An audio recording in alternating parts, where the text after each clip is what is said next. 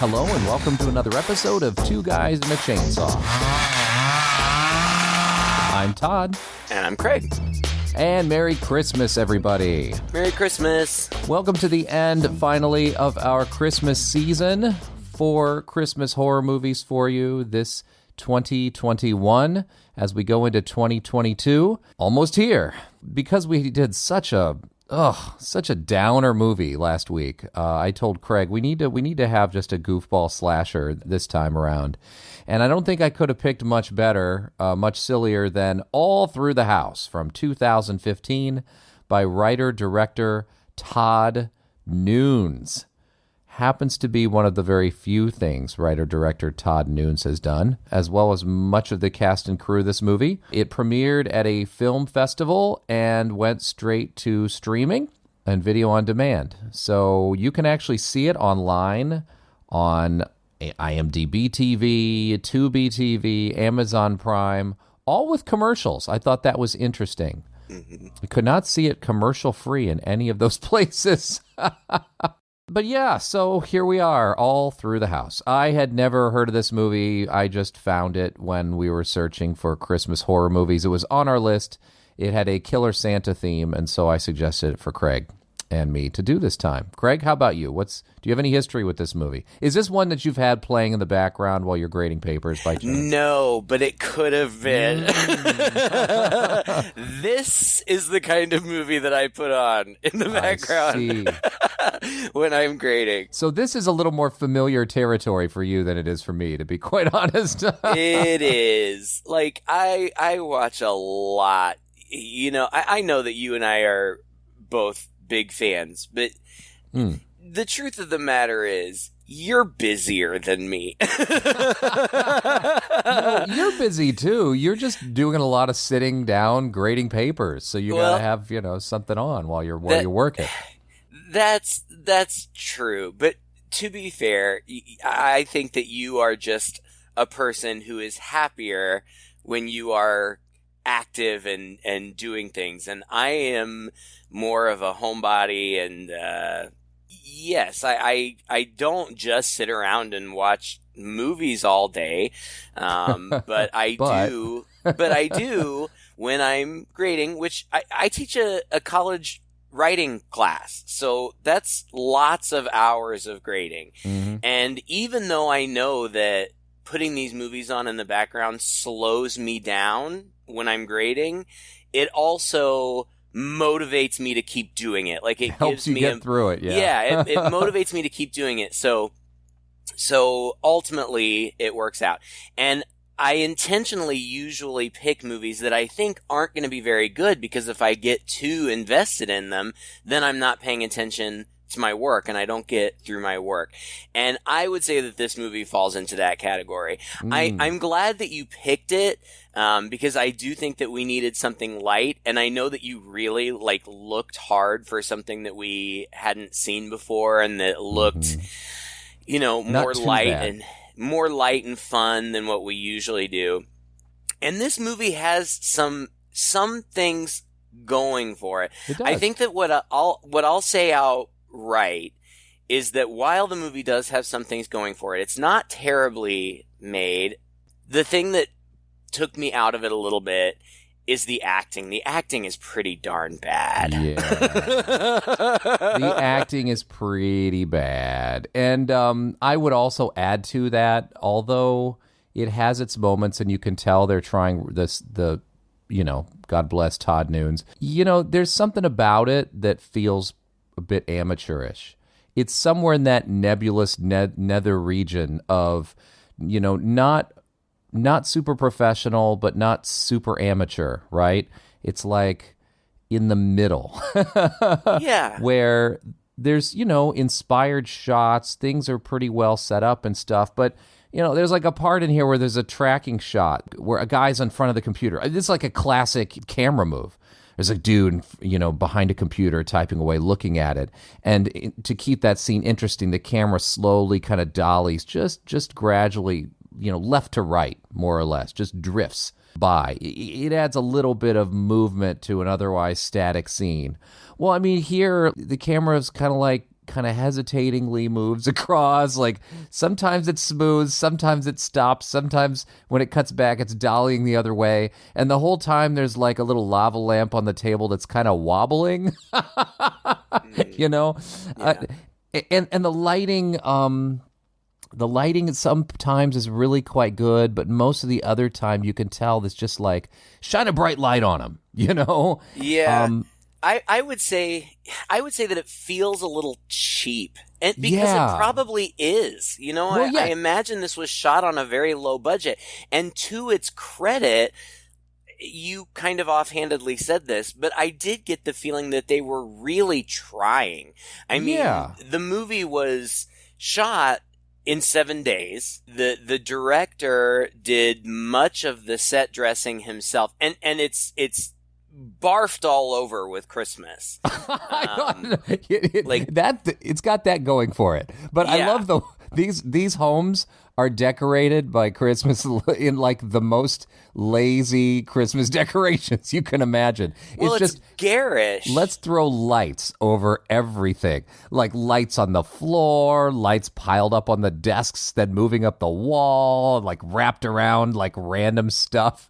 There's even like a point in the bathroom where there are candles on the toilet lid for some reason. Did they use that toilet? Did they lift those lit candles off and put them back when they're done? It's pretty silly. Well, it is, but it is atmospheric. Yeah. And in a good way. I mean, the main set piece is this house of this woman who like goes crazy above and beyond to decorate both the exterior and the interior of her house. And not only is it Christmassy, but it's like creepy Christmas. Like tons of like creepy mannequins all dressed up and like these Santas with like grotesque and odd get-ups and faces. And it's everywhere. Like, the camera can't point in a direction where there's not something. Were you not getting tourist trap vibes a little bit? Yes, absolutely. 100%. 100%. But I give it credit for that. I do think that there was care put into it. And looking at what this director has done before, he's done primarily shorts and things. One of them was the inspiration for this feature-length film. And it looks to me like he works with the same people regularly, the same the star actors. Is his sister, you know. So. Oh, okay. I didn't even notice because I didn't recognize anybody, so I didn't look into them. But like the main, the creepy lady whose house most of it takes place in, this role was written specifically for her. This is one of the only roles that she's played, and I think that she's mostly only done stuff with this guy. So like I imagine that these folks are kind of like many people that we have come to admire, who started out small but had a passion for it and eventually found their footing. So I wouldn't be surprised if this guy goes on to bigger and better things. Now, I wouldn't be terribly surprised if he didn't either, but I do see some potential here. Yeah, well, it's been 7 years, so, you know, who knows? But, I mean, that's disappointing. The movie got good reviews in the, like, horror, you know, the horror websites and the horror review, you know, in the horror circles, basically. I'm sure it wasn't reviewed much outside of that. It won awards on the festival circuit. Oh, yeah, for sure. Which kind of blows my mind. I mean, you got to take all this with a grain of salt, right? Now, you're more into the horror scene online than I am. And we've talked about this before, right? Horror fans like us, we have a wide tolerance for all kinds of schlock and stuff. Somehow it's just part and parcel of the territory. Yep. We overlook it when other people don't. But then I read some of these reviews, and like, if you go on Wikipedia and you see clips of the reviews, Bloodshed states that almost every aspect of the film is superb. I don't think I would go that far. No. And then the Shock Chamber praised the film, saying if this film was made 30 years ago, it would be mentioned today in the same conversations as Black Christmas and Silent Night, Deadly Night. Maybe, but it would be different. It would be different. It would be shot on film, so it would be necessarily grittier. wouldn't look quite as cheap. It would be grittier, and probably the acting might be better. I don't know. Maybe marginally so, actually. I don't know. There's just something about that era where it feels almost like its own subgenre. And like you said, when we look at those movies, our expectations shift. Yes. We don't expect great acting. We don't expect it to look shiny and clean. We expect it to be gritty, and we expect it to be kind of bad and kind of schlocky. But through a modern perspective, in a modern movie, I just don't think that it translates quite right. In some sense, the slickness I think that the director is going for in this movie does kind of work against it. Like, you can tell the way he's lighting it and the way he's setting it up, he's looking for a very modern, almost 90s Scream aesthetic. It's got these beautiful girls. Every one of them have huge boobs. They're backlit. It's very, like I said before, it's starkly lit, almost too starkly lit at times. But, he does a really nice job with, like, putting things out of focus, just in the background, kind of making things pop a little bit. It has a lot of the same kind of setups with shots. I mean, it's an homage type film. There's throwbacks. You could just say stealing, but I mean, every horror movie kind of steals the same tropes, right? Like, with similar shots where, the killer's back there and suddenly he's not, or suddenly his face appears in the foreground and it's gone, or he comes in from the shadows behind the character without us ever seeing it, without, like, a sound cue or anything like that. And he can be everywhere at once. Oh my God. This guy, he can be anywhere and everywhere. He can just show up randomly under a random person's bed. Right. It's really just like that. And so what I'm saying is, in some ways, if the movie were shot a little grittier, if it weren't as slick and it was a little darker and a little dirtier and whatnot, it would probably come off better, honestly, instead of the sort of cheap, ultimately almost, shot on video look that it that's what it looks has. like. But nowadays, shot on video, we don't really care that much anymore, and we're used to this as well. So it wasn't terribly distracting to me. I think like you said, what was most distracting to me was the acting, and for that reason, I just could never kind of get pulled into the story because it never felt like real to me. Right? No, it didn't. I have no idea how old these main characters are supposed to be. I couldn't for the life of me figure out who they were or what their names were for the longest time. Couldn't even figure out their names. Yeah. Like, it was driving me crazy because I'm looking, like, I'm pausing the movie and going to the IMDb page and looking at the cast, and I'm like, is that her? I couldn't figure out who was who, how they were related. I mean, eventually, about halfway into the movie, I started to figure it out. But honestly, by that point, I had already misnamed them, and I had to go back through my notes and, like, change all the names I was talking about the right people. I totally misnamed. In fact, I think there might even be a mistake in there somewhere where somebody calls somebody else the wrong name. I really do, because, like, at one point, the three girls are standing in the doorway of this neighbor who they go over to her house, and she opens the door and she says, "Oh," and she kind of rattles them off. And I swear to you, she said Sheila, Sarah, and Jan. I watched that 2-second clip 4 times trying to listen to what she was saying. And I think because the girl's name ends up being Gia. But I heard Sheila too, and apparently there is a Sheila in the movie. There is a Sheila, yes. And she wasn't who I thought she was, actually. I don't know who Sheila was. I finally figured out who Gia was. Who was Gia? Was she the... I think she was the one without the mole on her lip. I think, but I'm not sure. Maybe she was one with the mole on her lip. I don't know. It doesn't matter. Was she the one wearing the red dress by the... I think so. Oh, okay. And that's the mole on her lip one. But I was kidding. I say that. That's so mean. It's a beauty mark. She's cute girl. I just... Yeah, so that was distracting. Not knowing their names for some reason was distracting. And then the other thing about the movie, which I'm sure, we'll get into the plot, but there's so much of just random scenes that don't have anything to do with the main character. It's just we have another couple who are in a bedroom. One is waiting while the other's taking a shower. Like, it's always one is on the bed while the other's in the shower, and suddenly they both get murdered. And like, every time that happened, I was like, who are you? Like, because it's so jarring. Like, it will just cut away from our main plot to these other characters that we've never met before. No. And I'm asking myself, like, should I know who this is? Like, I have no idea.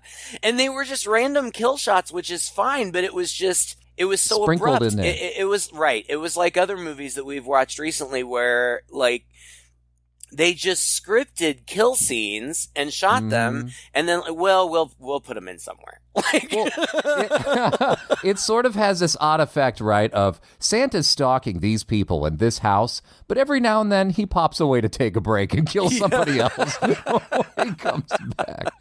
And it doesn't help that it feels like it's the exact same bedroom every time that's just been dressed a little differently. Different pillows, a different pair of sheets. They move the lights around a little bit, and of course there's a different person in there. I really feel like that's how it was done. Yeah, another feather in the cap for this movie is that all of these people in these random shots are very sexy people. Oh, like, God, yeah. Running around in their under things. Like, they're honestly gorgeous people getting they killed. Are, and there are moments in this when I thought, has a pornographic edit of this been made? Every one of those seems like they're setting you up for some other kind of movie. It does. But no, there's just, and that's another thing too. In this kind of movie, there's some very frank sexual stuff that I wasn't really expecting. I was expecting more TNA, to be honest. I mean, there's lots of it. There's lots of it. I guess what I mean is I was expecting to see more of it bare. I mean, there's bras and panties and there's girls in low boobs. Revealing dresses. I distinctly remember boobs. I counted 3.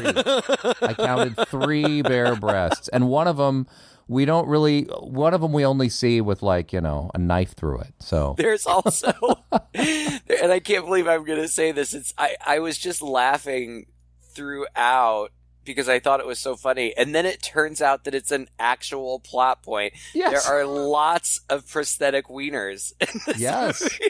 There is an actual bag of dicks in this movie. There is a bag of dicks. Oh, my God. I just have to think that was the genesis of this. Like, somebody were just a bunch of guys sitting around talking, laughing at each other. Somebody says, go eat a bag of dicks.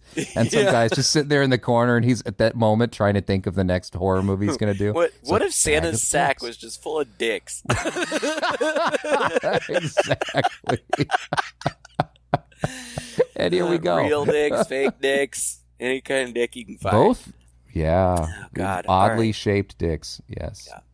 It's a Killer Santa movie. It starts out with I loved it. Some 3 kids. Yeah, 3 kids throwing rocks at Christmas decorations.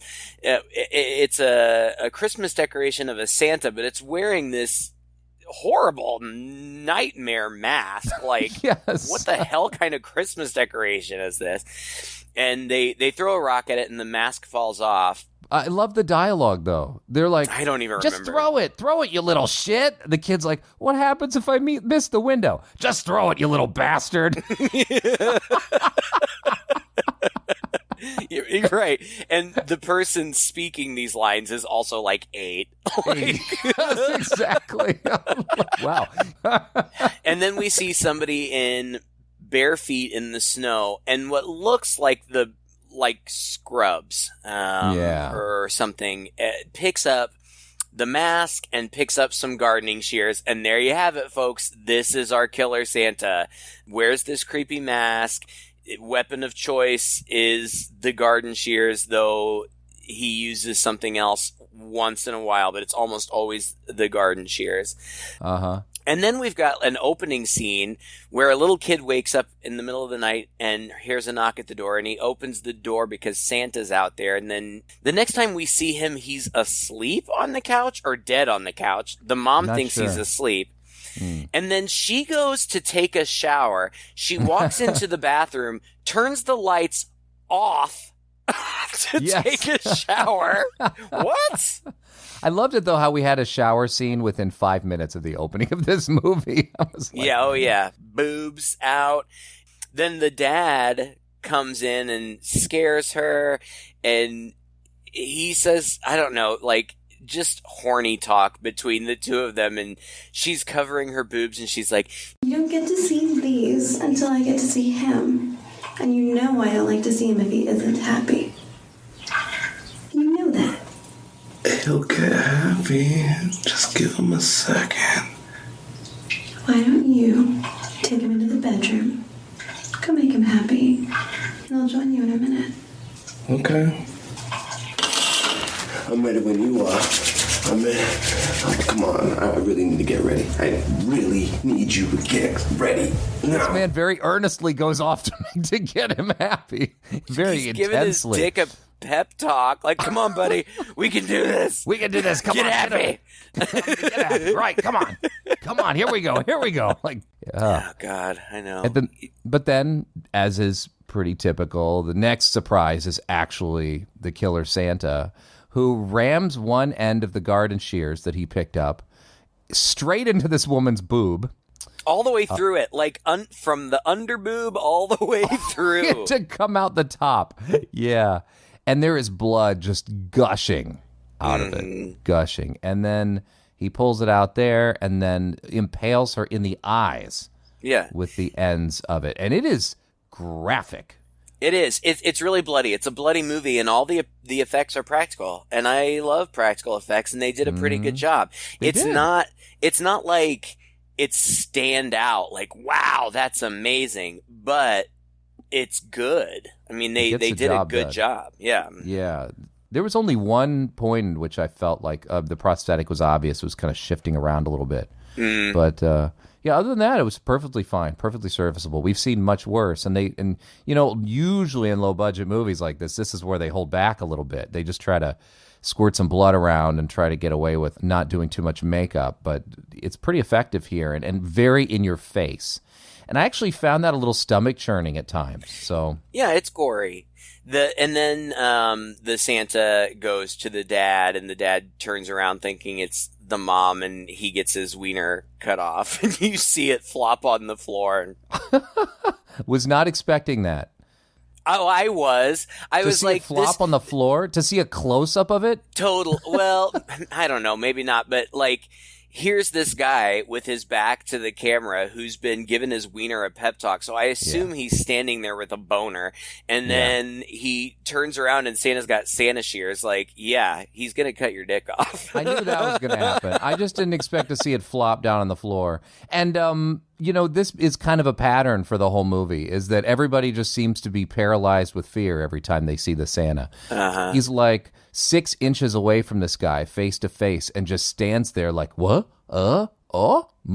He looks down and sees the shears, and then the shears snap, and then he screams.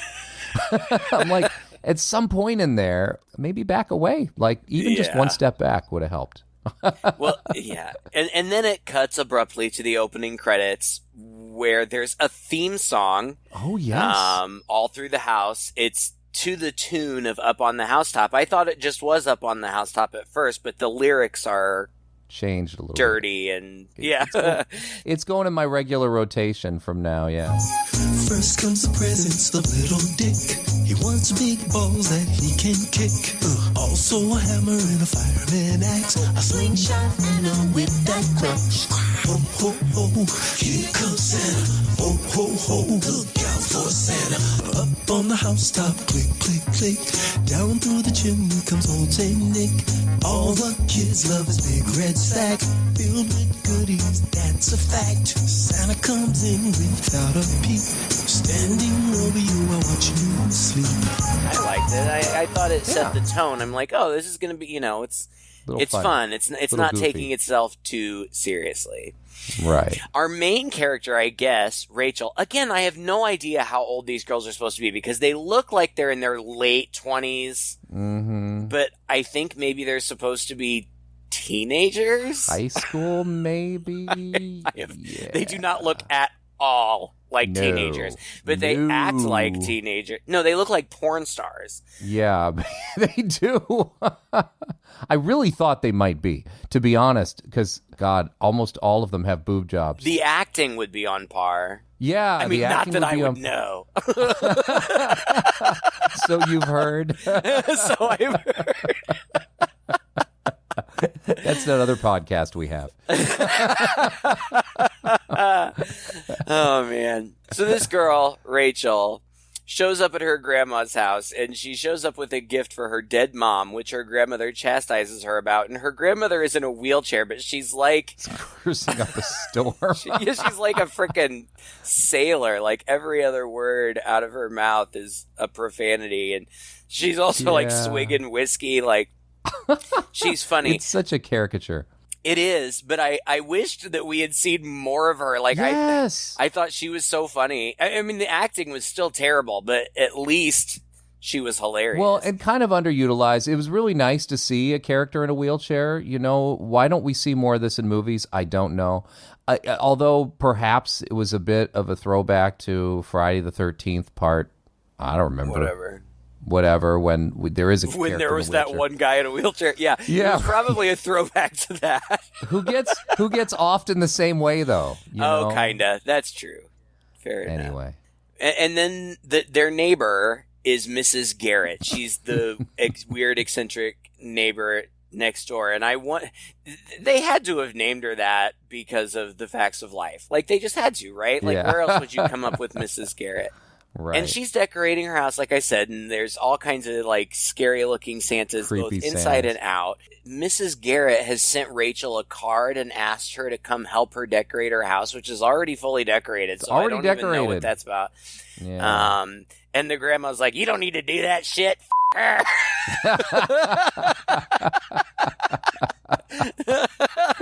It's true. But she goes over and talks to her, and they talk about Mrs. Garrett apparently at one time had a daughter. Like when Rachel and her friends were kids, Mrs. Garrett had a daughter that was about their age, but she had some kind of disease that she couldn't come outside, like a skin disease or something, and then she says that she got taken away from, well, she says taken from her. So I didn't know if that meant taken away or if she had lost, like if she had died. Yeah. I wasn't sure. Then we have one of those random scenes, which is just a random kill scene where this ridiculous caricature of a woman in, rollers and heavy makeup and a goofy robe is chasing her dog Sugar Balls. Sugar Balls. Sugar Balls. Sugar Balls, where are you? Sugar Balls, come back. Sugar Balls and the owner both get offed. Yeah, she gets stabbed, and then she gets stabbed right in the head, the top of the head. That always bothers me. Yeah, it's violent. These shears go through anything, I'll tell you what. Yeah. And in that way, it is very much like Silent Night, Deadly Night. It is violent. I mean, it's silly violence. Like, the movie is not scary in any way. No. But there is a good amount of violence. But then we see Mrs. Garrett in her house by herself. Rachel says, I have to leave. I'm going shopping with my girlfriends, but I'll come back later. And then we see Mrs. Garrett talking to her mannequin Santas, and she's clearly a nutcase. Like, she's talking to the Santa. She's like, I have it. And she's very emotional. Like, she's very angry, like almost at the point of like tears. She's like, stop telling me what to do. I'm not some punching bag that you can take your aggression out on whenever you want. Men, you're all alike.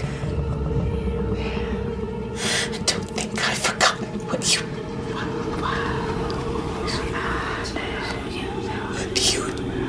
to me. I was just a child. And you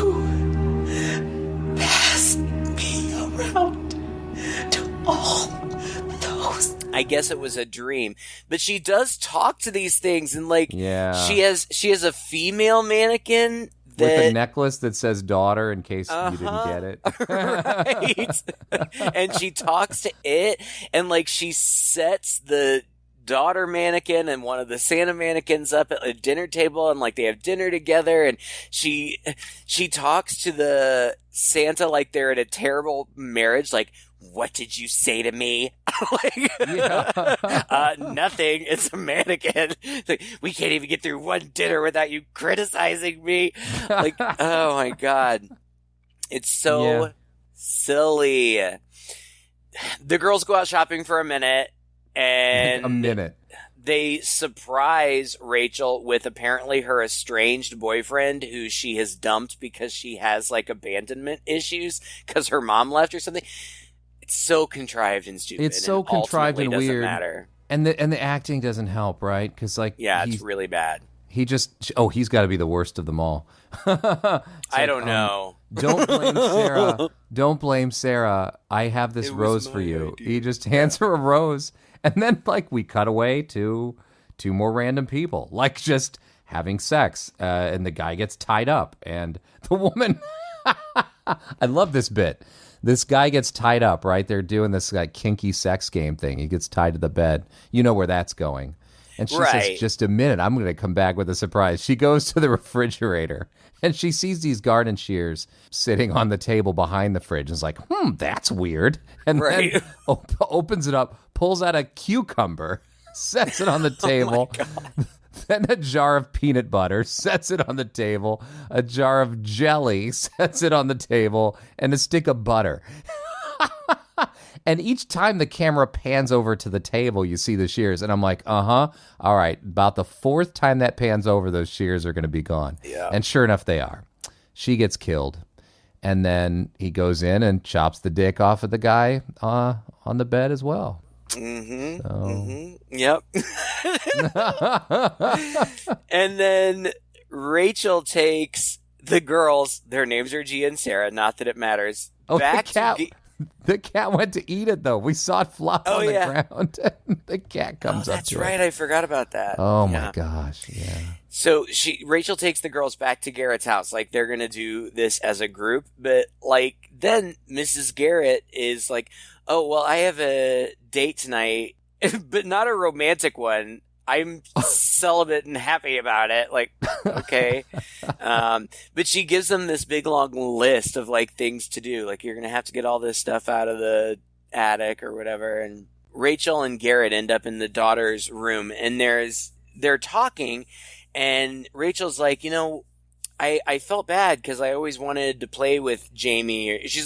She picks up this doll, and she's like, didn't I give this to Jamie for Christmas? And Garrett makes up some lame excuse like, oh, she was sick so she couldn't play with you or something. I don't remember. But then we see a flashback, and it's the little girl. We don't see her face. We only see her back. She's looking out the window, and the mother, Garrett, is telling her the other girls don't want to play with you. They are selfish and spoiled rotten. They don't have a good mama like you.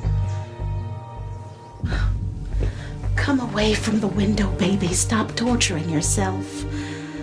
Those children, they won't understand you. They will make fun of you. They will laugh at you because you are different. Which I was like, well, that seems like a pretty obvious clue. At that point, I'm like, obviously this little girl is the killer Santa, right? Yeah. It seemed pretty obvious. Well, it's kind of taken from, it's like every Killer Santa movie we've seen so far where the Killer Santa turns out to be this disturbed child. Right. Who is treated poorly by their parents. Right. Some sort of trauma. Mm-hmm. And then she comes back in and is like, I always tried to be so positive as a mother. Oh, I know. Yeah. Positive reinforcement is so important with children. Yeah. Okay, lady, whatever. Yeah. And then there's more, like, there's a Krampus mention, which is just offhanded and stupid. Yeah. And then I have my next note is horny lady in purple lingerie. There's this gorgeous porn star looking lady. Like top shelf porn star. Yeah, looking top lady. Shelf. Like Vegas strip club. Yes. Like rolling around on her bed in purple lingerie, and she's like calling out to her lover, like, are you going to be horny when you come out of the shower? I love these conversations. Like, could you give me a heads up? Are you going to be horny? Because otherwise I'm going to read my book. Something tells me there wasn't a lot of time spent on the dialogue in these scenes. And so she's laying there in her bed, and something like violently shakes the bed. And the first time that it happened, she's like, oh, that was weird. Right? Then the second time, it's like, ooh, I better pay attention. And she starts slowly crawling across the bed.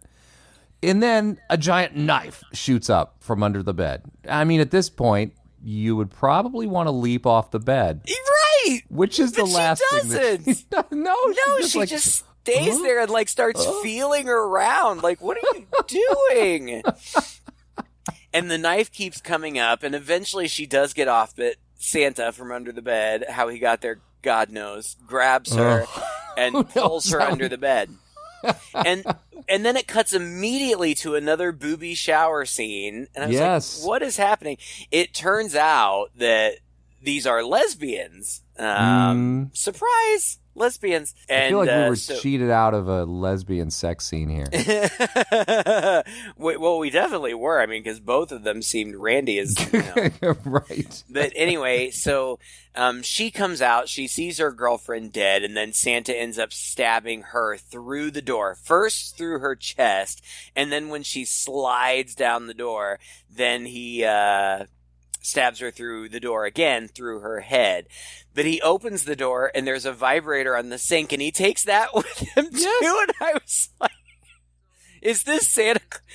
I was like, is this Santa like planning a party for later? Like, oh, I'll just take this. He manages to take a dick from the lesbian couple as well. What? I wasn't sure what was going on at this point. It cuts back to the girls, and they just need reasons to split them up. So Sarah runs to the store for booze. Gia wants to try on the Christmas dress that Jamie the mannequin is wearing. Rachel finds a picture of Mrs. Garrett as a nurse with her mom. Yeah. Like, were they both nurses? Did they work together or something? Something like that, which shocks her because she says, oh, my mom said that she never knew her or something like that. Well, and Mrs. Garrett had said, I don't know. She didn't remember much about her mom, but she remembered that she was pretty or something like that. Well, this alarms her, like seriously alarms her. A little too much. And she calls her grandma, and the crude grandma continues to be crude, but she won't talk about it. She says, we'll talk about it later. And so Rachel snoops around some more. They find a naked Santa mannequin. I say Santa mannequin just because it's wearing a Santa hat. Otherwise, it's naked. But yes, kisses all were over. there lipstick marks? Yes, there were lipstick all over kisses. Its body and prominently on its groin. Yes, like a cartoon, really. Like perfect lipstick kisses, like a lipstick stamp all over this thing. It was ridiculous.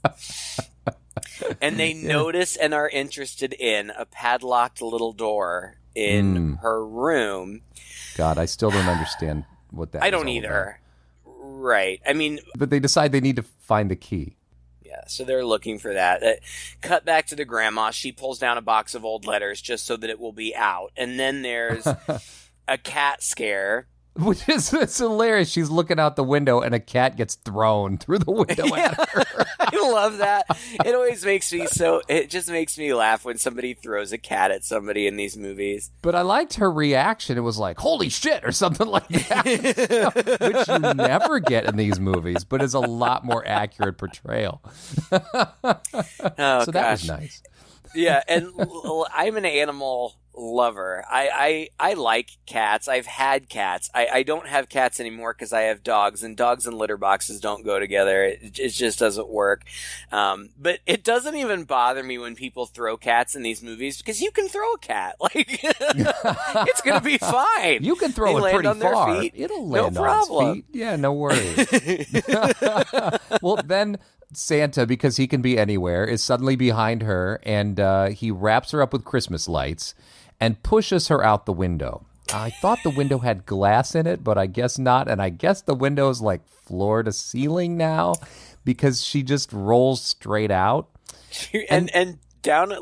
Yeah, he kind of like comes up behind her, looks left, looks right, and like, okay, and keeps pushing her. And suddenly, like, this house is in the country or something. Yeah. It's no longer a suburban-ish neighborhood, but there's, I guess, like a big woods right out in front where the front yard should be. And then he just kind of flings it, and then we just see a wheelchair with a dummy flying through the air.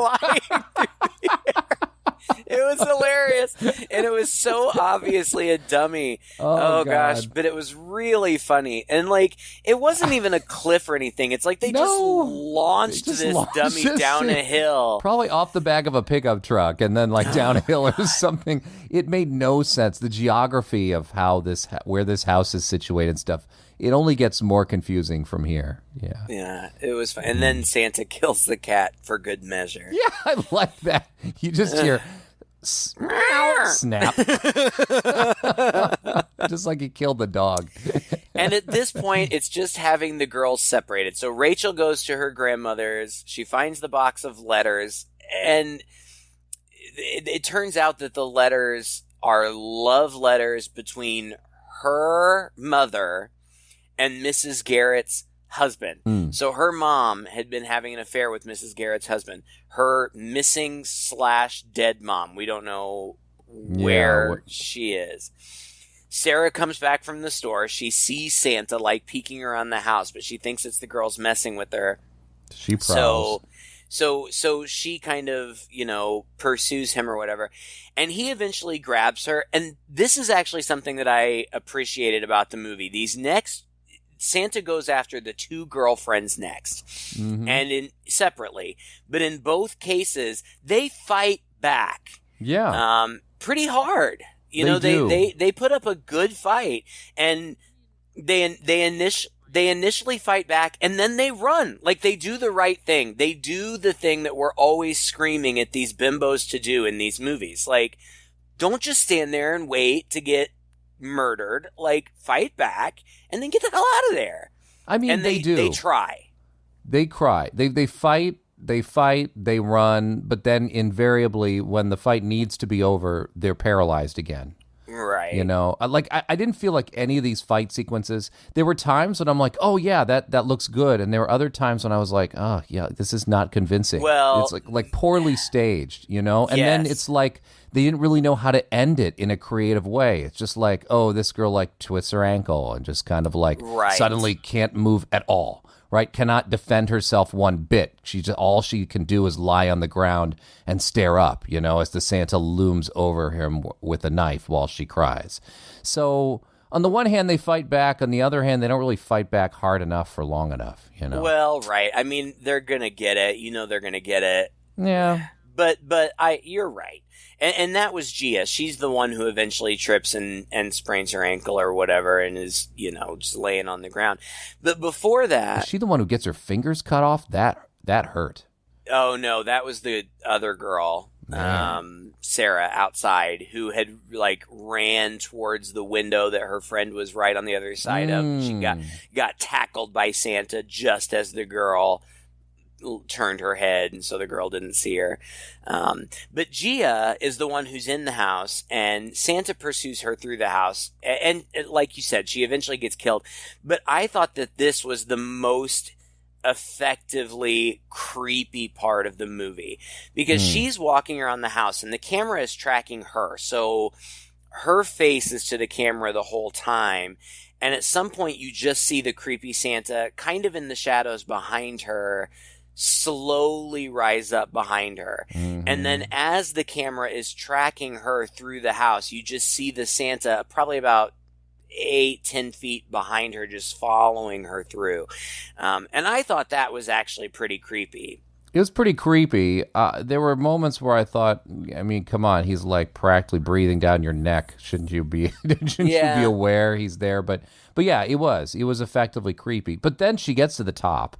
She gets into this dark room where she hears a noise, and she looks ahead and thinks that Santa might be in the darkness ahead of her, but actually, of course, he's behind her.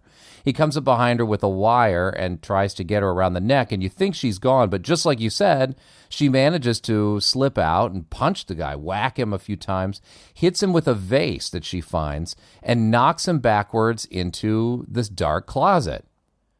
At which point, she really ought to run away. But instead, she just stands there and stares at the darkness in the closet, waiting for him to wake back up and lunge back out at her, which he does. Mm-hmm. So, and kills her. Yeah.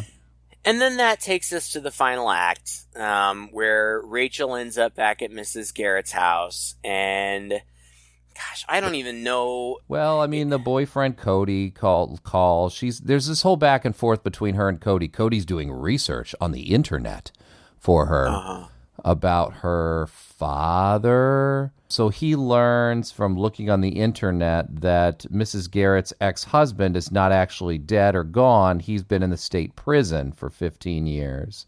And this is where that terrible dolly shot is. And I think at this point, she's realized that her mother had an affair with the husband. Right. And then Rachel is in the house and she can't find her friends because it's all very dark. She calls her friend and finds her phone on the floor upstairs and freaks out, calls Cody again. It's like, she would never be without her phone. And I thought, well, none of us would. Right. And then she just kind of creeps around the house until she follows a trail of lights down to creepy doll and knife basement. The padlocked door is now open. Oh, was that through the padlock door? Because that door Yeah. looked like it was about 2 feet tall. Yeah, it's the padlock door, and she goes in, and you're right, creepy mannequin, and like there's creepy mannequins, there's like sewing stuff, there's knives, there's a dog kennel that has a sign on it that says "Time Out," and there's other things written on the walls too, and she ends up bumping into Mrs. Garrett down there. That was an effective jump scare. It was, because I don't know if they did this intentionally. I imagine they did. But when she turns around to find herself face to face with Mrs. Garrett, but Mrs. Garrett is emotionless in her face and standing perfectly still. So for a split second, I thought it was one of the mannequins. Mm-hmm. But it's not. It's her. And at this point, she's completely unhinged, and she just lays out what's going on. Yeah, she just starts monologuing.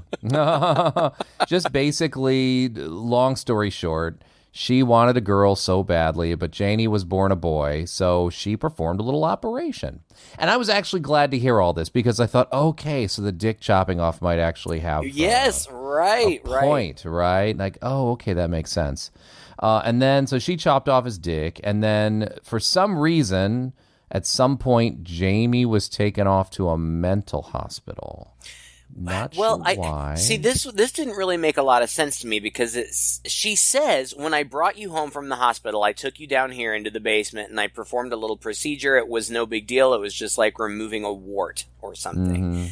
Mm-hmm. She said, but then when your father found out what you were, he tried to kill you.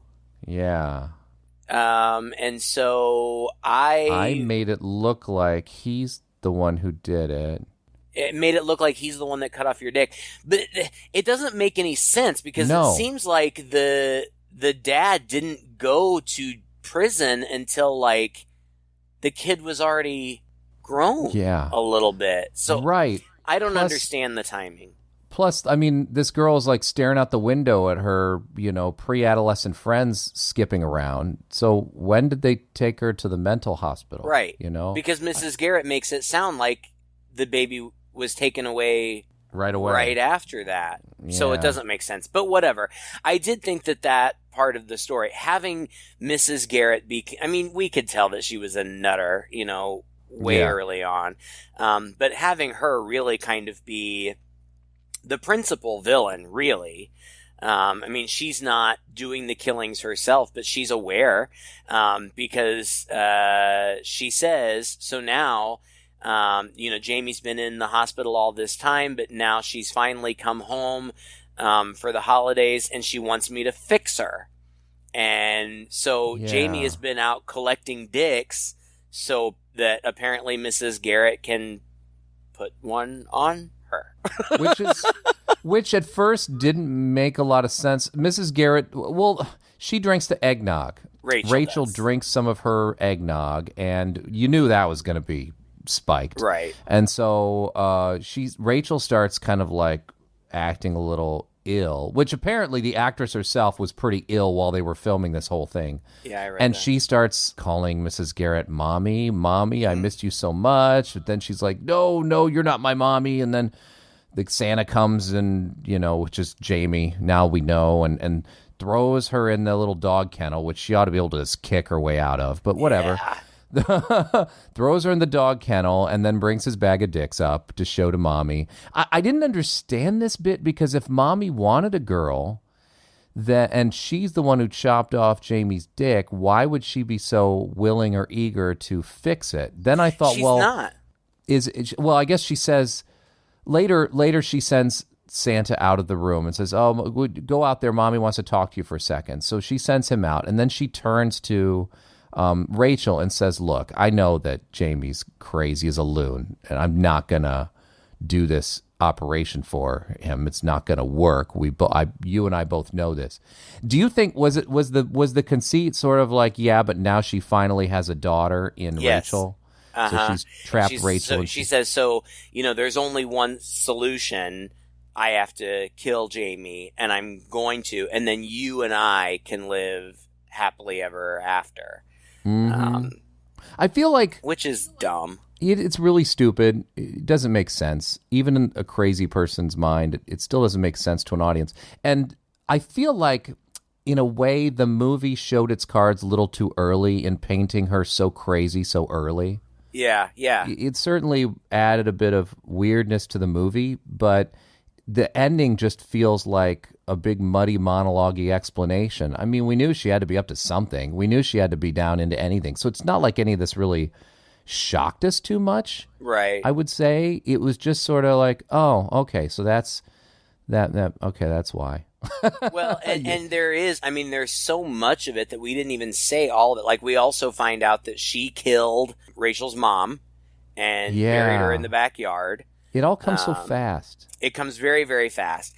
Cody shows up at some point, and Cody fights Santa, but he ends up getting tied down, and at one point, it looks like he might get away.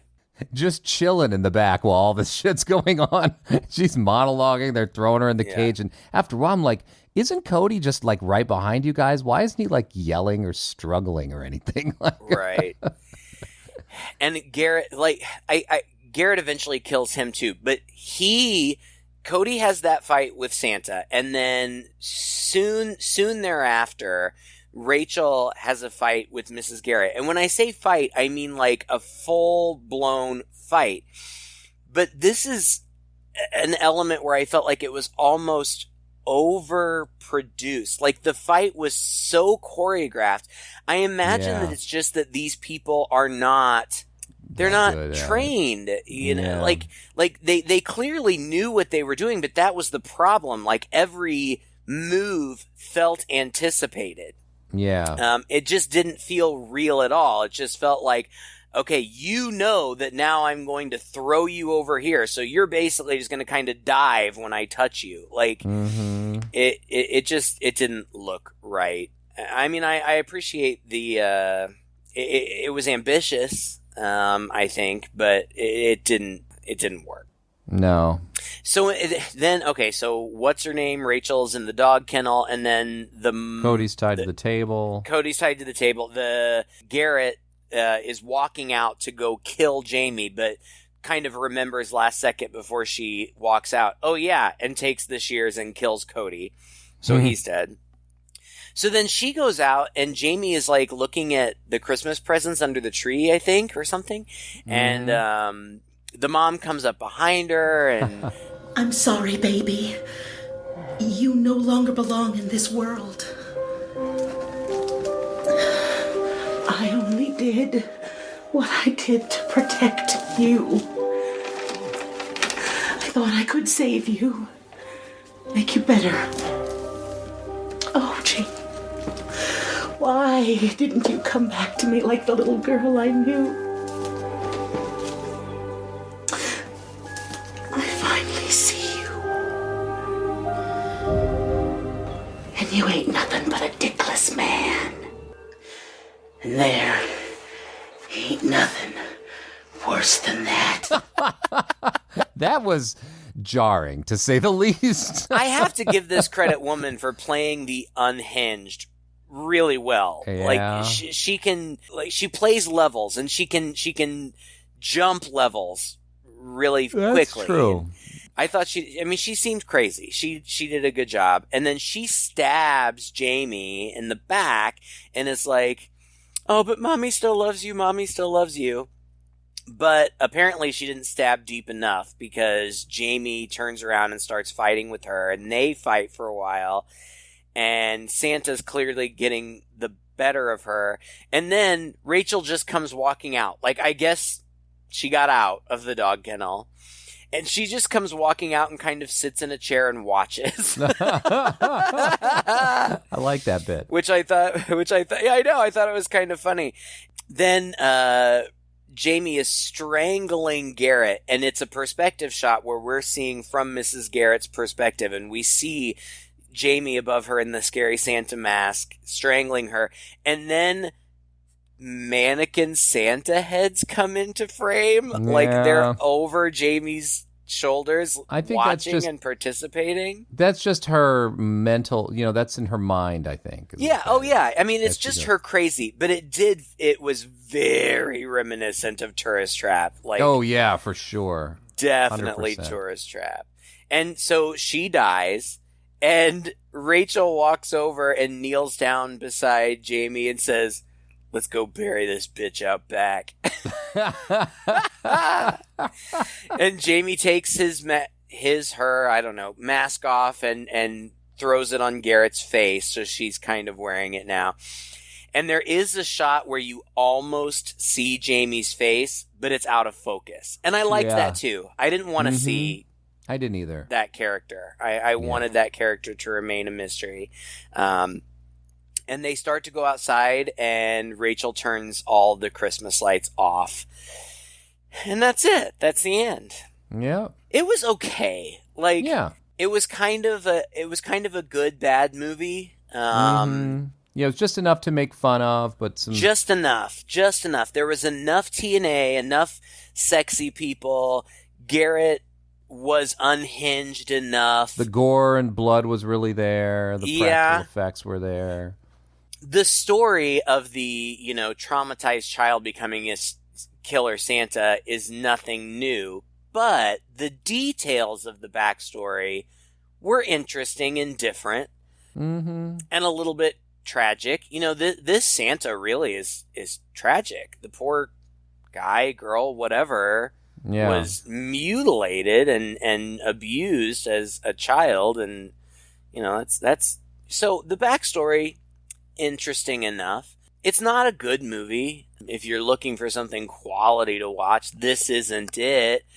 But if you're gonna get together with some of your buddies and have some beers playing in the background. I think I'm gonna just start playing a clip every time. Hey, I haven't said it in a long time. That's true. and also, like we say about these Christmas movies, is that we like it when they're chock full of Christmas, and this certainly is. So it's got that going for it. And you could have fun with it. You could make a list of all the corny things that show up in these kind of movies and make it a drinking game. Boobies, take a shot. Honestly, if the acting were a little bit better, they might have been able to pull this off so it didn't seem quite so ridiculous. I agree. Yeah. And had the actors been more age appropriate. I think that really took me out of it, because these seemed like grown-ass adults, and oh god, yeah, it just seemed a little silly. But it was fine, and I think, it was a nice break from the more serious stuff that we did last week, which was also good, but, in a different way. Yeah, nice to have something a little more light to kind of finish off the Christmas season. And then we're going to smack you in the face with something goofy for New Year's. Yeah, we got a New Year's pick all lined up for you, and we're so excited request. about it. It's a request that one of our loyal listeners has made many times, so at least that one guy will be thrilled. be excited. For everybody else, it remains to be seen. Yeah.